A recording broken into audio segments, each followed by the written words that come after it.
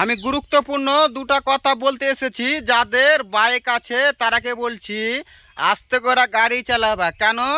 3 দিন পর আছে বকরি নমাজ, তার জন্য বলছি গাড়ি বাইক আস্তে করে চালাবা। কেন? যদি অ্যাক্সিডেন্ট যদি হয়ে যায় অবশ্যই পাওয়া যাবে না। কার জন্য বলছি জানো? এখন যারা বাপের একটা বেটা আছে যদি মরে যায় অবশ্যই পাওয়া যাবে না। আর গাড়ি কিন্তু চালাবে হেলমেট লাগে। যেরকম এটা আম আছে, যেরকম জোস্য করে চালিয়ে দিলে ফেটে যাবে, সেরকম বলছি জোস্য করে তোমরা গাড়ি চালাও। যদি বন্ধু বান্ধবকে নিয়ে যদি পড়ে যাও গ্যারেন্টি হাত পা গ্যারেন্টি ভাঙবে। তার জন্য বলছি মেলাই কাহু বুঝতে পারলা বকরি নমাজে গাড়ি কিন্তু জোরসে চালাচ্ছে।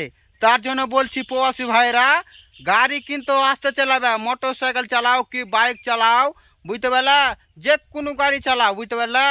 বকরির নামাজে বুঝতে পারলা গাড়ি আস্তে চালাবে। আর হিন্দু ভাইরাকে বলছি গাড়ি কিন্তু আস্তে চালাবে।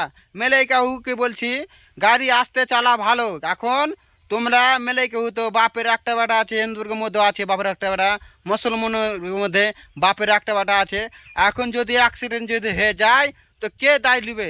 তার জন্য বলছি আমি বিএসএফের ড্রেস পিনা বলছি বুঝতে পারলা গাড়ি কিন্তু আস্তে করে চালাবে আর নিজের হেলমেট লাগাবে। হেলমেট যদি না লাগাও তো গ্যারেন্টি অ্যাক্সিডেন্ট হবে। তার জন্য বলছি প্রবাসী ভাইরা আমি আমছে বলছি তোমরাকে বলছি বুঝতে পারলা ভিডিও শেয়ার করো আর জীবনে বেঁচে থাকলে অহংকার দেওয়া না। আর তোমরাকে বলছি কেউ খারাপ কমেন্ট কথা বলবে না। কেন? খারাপ কথা বললে তোমাদের আইডিতে কপিরাইট দিয়ে দেবে। আর মোটর সাইকেলে গ্যারেন্টি হেলমেট লাগিয়ে চলবে না, তো যদি অ্যাক্সিডেন্ট হয়ে যাও আমাদের বন্ধু বান্ধবকে বলছি বেশিরভাগ কিন্তু বাপের একটা বাটা আছে। আর যদি অ্যাক্সিডেন্ট হয়ে যায় কে দায় নিবে? তার জন্য বলছি পুলিশ তো দায় নিবে না। তার জন্য বলছি তোমরা সাবধানে গাড়ি চালাবে, শেয়ার করো আর কেউ খারাপ কথা বলবে না।